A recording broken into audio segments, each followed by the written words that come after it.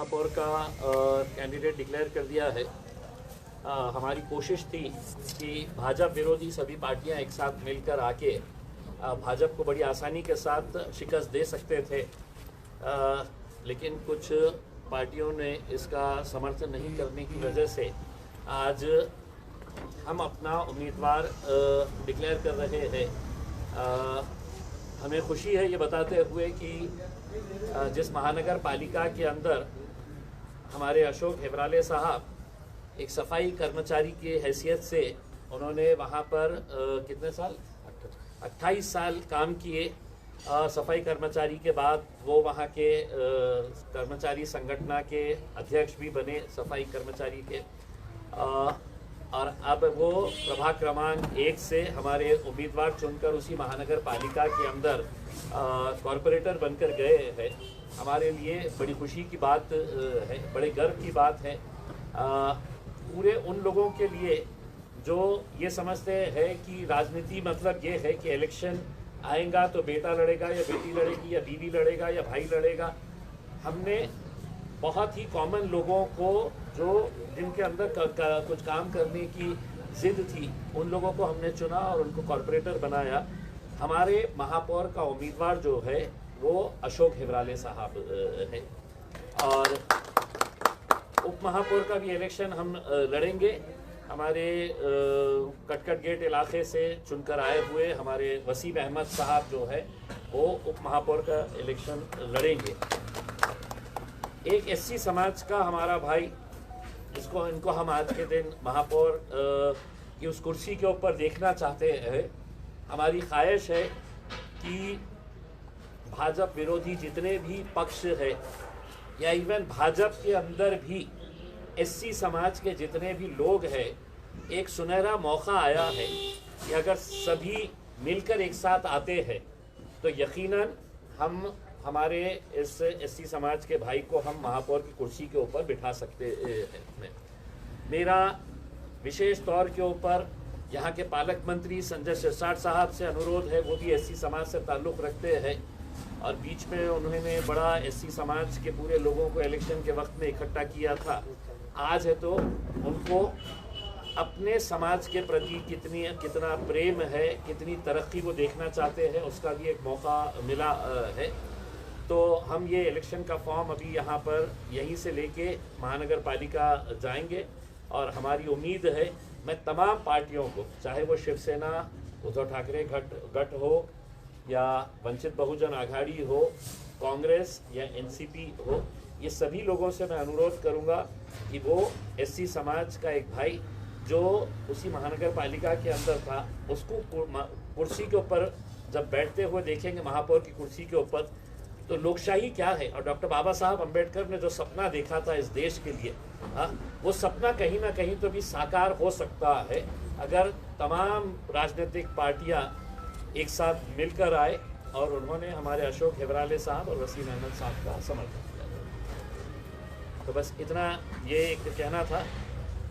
दूसरा ये है कि चूँकि अब मिले ही है और कल हम हैदराबाद जा रहे हैं प्रचार के लिए तेलंगाना, तो हमने पहले ऐलान किए थे कि जितने भी जीते हुए उम्मीदवार हैं महानगर पालिका के 125, नगर परिषद के 83, नगर अध्यक्ष और ज़िला परिषद का इलेक्शन होने वाला है। ज़िला परिषद पंचायत समिति के अंदर भी जितने भी जीत कर आने वाले हैं, 14 तारीख के दिन गाड़ियों का काफिला, हर गाड़ी के ऊपर मजलिस का झंडा लहराते हुए हम हैदराबाद जाएंगे। दारुसलाम के अंदर ये जितने भी नवनिर्वाचित हमारे कॉरपोरेटर्स, काउंसिलर्स, ज़िला परिषद, पंचायत समिति के सदस्य हैं, इन सभी का वहाँ पर सत्कार किया जाएगा। तो महाराष्ट्र से जितने लोग हैं, अभी हम 1-2 दिन के अंदर पूरा प्लान डिसाइड करेंगे कि कौन कहाँ से कैसा निकलना है, कितने बजे निकलना है, कौन से रूट से निकलना है करके। तो ये 14 तारीख का प्रोग्राम है। असद साहब और अकबर साहब का शुक्रिया अदा करने के लिए जा रहे हैं कि उनकी मेहनतों की वजह से आज मजलिस इत्तेहादुल मुस्लिमीन महाराष्ट्र के अंदर इतनी मजबूत हो पाई है और लगातार आगे बढ़ रही है। तो उनका शुक्रिया अदा करने के लिए और उनके ज़रिए हमारे पूरे कॉरपोरेटर्स का, काउंसिलर्स का और ज़िला परिषद पंचायत समिति के सदस्यों का इस्तेमाल करने के लिए जाया जाएगा।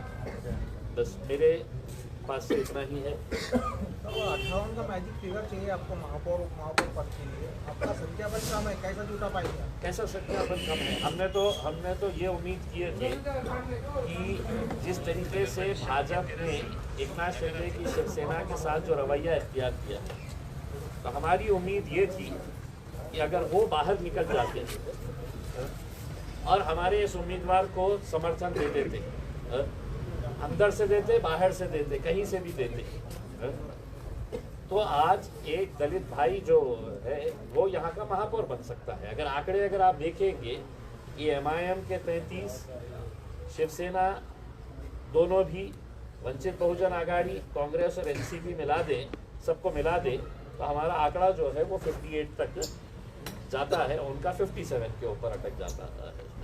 क्या लगता है मालेगांव में क्या होने जा रहा है सर? मालेगांव के अंदर मैंने कल के दिन ट्वीट कर दिया हूँ। कल मीटिंग हुई थी और उस मीटिंग के अंदर मैंने भी जो हमने पहले ऐलान किए थे, एक मर्तबा फिर हमने कल के दिन अपने पार्टी का स्टैंड बड़ा क्लियर कर दिए है कि हम वहाँ पर तटस्थ रहेंगे, हम किसी के साथ नहीं जाएंगे। कहीं ना कहीं इसका फ़ायदा जो है वो इस्लाम पार्टी को मिलने वाला है।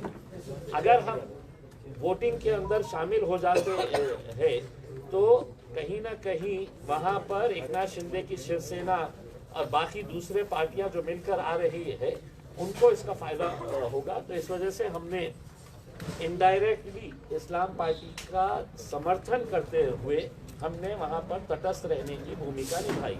जिला परिषद पंचायत समिति में खाता खुलने वाला है। जिला परिषद पंचायत समिति इंशाल्लाह जिस तरीके का रिस्पांस है वो देखते हुए हमें बड़ी उम्मीद है कि इस बार जो है वो ग्रामीण इलाकों से भी अच्छे खासे नतीजे आएंगे और हम वहाँ पर भी अच्छी कामयाबी हासिल करेंगे। जिला परिषद में कितने आने की उम्मीद है? मैं ये कहना तो हज़ारों ख्वाहिशें ऐसी है कि हर ख्वाहिश में कम नहीं है। जितने लड़ाए हैं, 6 जिला परिषद की सीटें हम लड़ा रहे हैं और 15 हमारे ग्राम पंचायत की सीटें हैं। हमें इस बात पंचायत समिति की सीटें हैं। हमें खुशी इस बात की है कि पहली मर्तबा ये हो रहा है कि ज़िला परिषद का पहला इलेक्शन हम लड़ रहे हैं, पंचायत समिति का पहला इलेक्शन लड़ रहे हैं, लेकिन इस इलेक्शन के अंदर ज़िला परिषद के अंदर जहां पर मुस्लिम कैंडिडेट्स हैं, वहीं पर मराठा समाज का कैंडिडेट भी हमारे टिकट पर लड़ रहे हैं, हमारे SC समाज के लोग भी हैं, OBC समाज के लोग भी MIM के टिकट से लड़ रहे हैं, तेली समाज के लोग भी लड़ रहे हैं। तो ये जितने भी लोग आज मजलिस के टिकट के ऊपर लड़ रहे हैं, हमारी उम्मीद है कि हम इंशाल्लाह अच्छे खासे नतीजे लेकर आएंगे। 16 लोगों का जो ये चल रहा है आपके ऊपर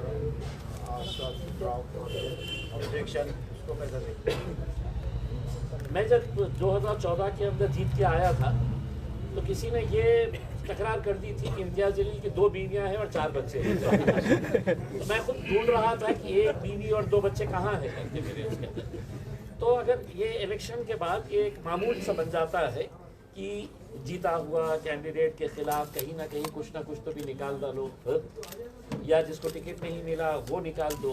अब आप देख लीजिएगा, जितने लोगों ने भी शिकायत करे है, अब इलेक्शन कमीशन का ये है, अगर किसी ने कोई गलत किया होगा तो उसमें मैं भी कुछ नहीं कर सकता हूँ और आप भी कुछ नहीं कर सकते। इंक्वायरी के अंदर अगर आता होगा उसमें, लेकिन मैंने जैसे आपको एग्जाम्पल बताया हो, मैं आज तक 10-12 साल हो गए हैं, मेरे घर में भी पूछते हैं कि दूसरी बीवी और 2 बच्चे कहाँ हैं, तो मैं क्या जवाब देना।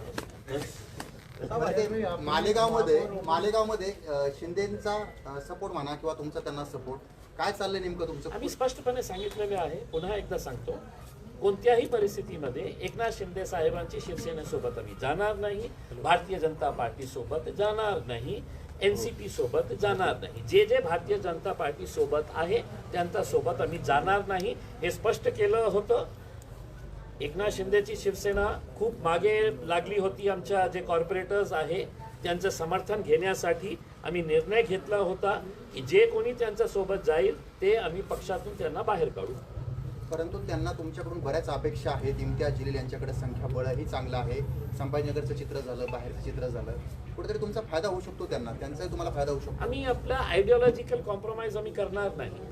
सत्तेच्या कुर्सीवर बसायचेच असते ना, तर आज हैदराबादमध्ये असदुद्दीन अवैसी साहेब उपमुख्यमंत्री किंवा अकबरुद्दीन अवैसी साहेब उपमुख्यमंत्री अनेकदा त्यांना हे ऑफर्स आलेले आहेत. पण आम्ही आमच्या आयडिओलॉजीवर कॉम्प्रोमाइज करून फक्त सत्तेच्या कुर्सीवर बसायचे आहे हे कधीही आमचं लक्ष नाही होता आणि याच्या पुढेही राहणार नाही. तुम्ही मालेगावमध्ये सांगताय की शिवसेनेसोबत जाणार नाही आणि इथं तुम्ही आवाहन करताय की शिवसेनेचे पालकमंत्र्यांनी दलित समाजाच्या माणसाला सपोर्ट करावं. एक प्रपोजल असा होता की एका दलित समाजाला महापौरची कुर्सीवर बसवण्यासाठी ज्या शहराचा संबंध थेट डॉक्टर बाबासाहेब आंबेडकरांशी आहे, आज किती अभिमानाची गोष्ट, देशामध्ये कितका चांगला संदेश गेला असतं की या शहराला जिथे डॉक्टर बाबासाहेब आंबेडकरांचं विश्वविद्यालय आहे, अनेक वर्ष बाबासाहेब आंबेडकर इथे थांबलेले आहे, त्यांच्या नावाने अनेक संस्था त्यांनी जे उभे केलेली आहे, त्या शहरातून एका SC समाजाचा आमचा एक बंधू महापौरची कुर्सीवर बसला असता. आम्ही हे नाही म्हटलं की आम्हाला तुम्ही हे डायरेक्टली मतदान करा, पण कुठेतरी तुम्ही हे वारंवार बोलत होते ना की SC समाजातला हे मी मंत्री आहे, SC समाजातला आहे. मागच्या वेळी आपल्याला माहित आहे की SC समाजातले जे काही गुंड प्रवृत्तीचे लोकांनी हे मोर्चा काढला होता. कशामुळे काढला होता? त्याच पालकमंत्र्यांची भावना दुखावली होती, कारण ते SC समाजातले आहे. आज तुम्हाला मी संधी देत आहे ना हे सिद्ध करण्यासाठी की तुम्ही SC समाजाशी प्रामाणिक आहे का. असेल तर तुम्ही ठोकर मारा त्या भाजपवाल्यांना आणि यांना समर्थन करा. आतून नाही तर बाहेरून करा. बडनेरा येथे एक प्रकार पाहायला मिळाला आहे. तुमचा जो नगरसेवक आहे, तुमची जी नगरसेविका आहे, तर तिनं भाजपच्या नेत्याला महापौरपदासाठी मतदान केलंय. मग ती कारवाई होणार का यावर, का कॉम्प्रोमाइज? मी कोणत्याही परिस्थितीमध्ये आम्ही ऐसा ठोक भाव में हम लोग पार्टी से निकाल रहे हैं. ठोक भाव में, समझ रहे आप? आकोट के अंदर हमने 5 काउंसिलर्स को पूरे के पूरे को है तो हमने घर पे भेज दिए हैं. तो हम ऐसा नहीं है किसी तरह से कोई कॉम्प्रोमाइज. बरनेरा के अंदर जिस महिला ने वहाँ पर वो भाजपा को वोट करी है, कामड़े नाम की एक महिला है, मीरा कामड़े, इन्होंने वहाँ पर भाजपा के लिए ये किया है. ये अभी खबर जैसे ही मिली है, हमने वहाँ के प्रभारी यूसुफ पुंजानी साहब और जो अमरावती के जिला अध्यक्ष है हाजी साहब एक है, तो वो दोनों को हमने कारण बताओ नोटिस दिए हैं. अगर वक्त पड़ेगा तो हम 2 दिन के अंदर इसमें इस महिला को भी बर्खास्त करेंगे, अमरावती के जिला अध्यक्ष को भी बर्खास्त करेंगे और कारंजा और वो विदर्भा के जो इंचार्ज है यूसुफ पुंजानी साहब के ऊपर भी कार्रवाई की जाएगी. कारण त्यांनी व्हिप का काढलं नाही होता हे आमच्यासाठीही प्रश्न उपस्थित राहिलेला आहे. त्यांनी व्हिप काढले असते तर हे इमिजिएट तिला आपण पार्टीतून बरखास्त केलं असतं, सस्पेंड झाली असते ती व्हिप काढल्यानंतर.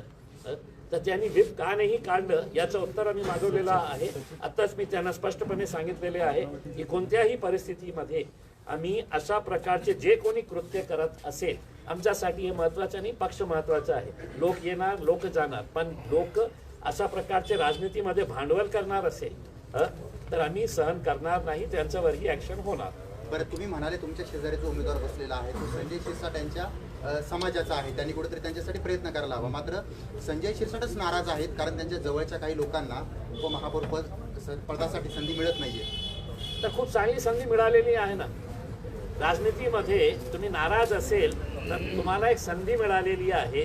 तुमचा डॉक्टर बाबासाहेब आंबेडकरांशी किती प्रेम आहे, SC समाजाशी किती प्रेम आहे हे दाखवण्यासाठी कुर्सी महत्त्वाची आहे का तुम्हाला या गोष्टीचा आनंद वाटेल की आपल्या समाजातला एक माणूस ज्यांनी आपली सेवा जी आहे एक सफाई कर्मचारी म्हणून तिथून सुरू केली होती, त्याला ते महापौरची कुर्सीवर बसवणे याच्यापेक्षा काय आनंदाची आणि अभिमानाची गोष्ट होऊ शकते. बरं, मग तुम्ही एक आवाहन कराल त्यांना? पक्षाच्या विरोधात जा आणि आपल्या सगळे उमेदवारांना सांगा की 10 तारखेला त्यांनी अशोक हेवराले साहेबांना मतदान करा. ज्या पद्धतीने अमरावती प्रकार घडलाय तसं अजून काही प्रकार तुमच्या कानावर आलाय का? कुठेही असा प्रकार झालं असेल किंवा होणार असेल तर कुठल्याही प्रकारची तडजोड करणार नाही हे स्पष्ट करून दिलेले आहे. ओवेसी साहेबांनी स्वतः मला काल कॉल केलं होतं. मालेगावच्या संदर्भात काही असं प्रकारचं आमच्या हे येत होतं बातम्या की तिकडे एकनाथ शिंदेचे जे मंत्री आहे ते आमच्या कॉर्पोरेटरचा संबंध. आम्ही म्हटलं कुणाला जायचं आहे तुम्ही जाऊ शकता, पण तुम्ही आमच्या पार्टीमध्ये राहणार नाही हे स्पष्ट आहे. पण आता जे शिवसेनेचे नगरसेवक त्र्यंबक टोपे आणि हर्षदा शिरसाट सुद्धा उमेदवारी अर्ज भरणार आहेत महापौर अशी माहिती मिळते. चला तर मग मी काय बोललो ना, आता संधी मिळालेली आहे. एकदा पाडून देऊ भारतीय जनता पार्टीला. तुम्ही विरोधी पक्ष नेते तो डिसाइड झाले का? नहीं तो पहले ये तो हो जाने तो इनको कुर्सी के ऊपर बिठा डालेंगे तो फिर हमारी महापौर अगर रहेगा तो फिर उनको विरोधी पक्ष में बैठना पड़ेगा.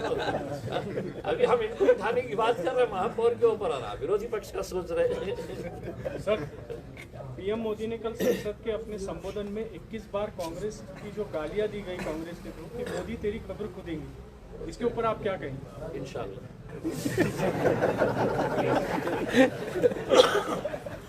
शहर में फिर से एक बार अतिक्रमण शुरू होने वाला है सर, क्या असम के सीएम हिमंत बिस्वा शर्मा का जो बयान आया, उन्होंने अपने बयान में कहा है कि अगर मियाँ रिक्शा वाला अगर 5 रुपये अगर मांगे तो उसको 4 रुपये दो करके उसमें हम हिमंता बिस्वास को कहना चाहते हैं हम तुमको 5 देने वाले थे तो 6 देंगे जूते.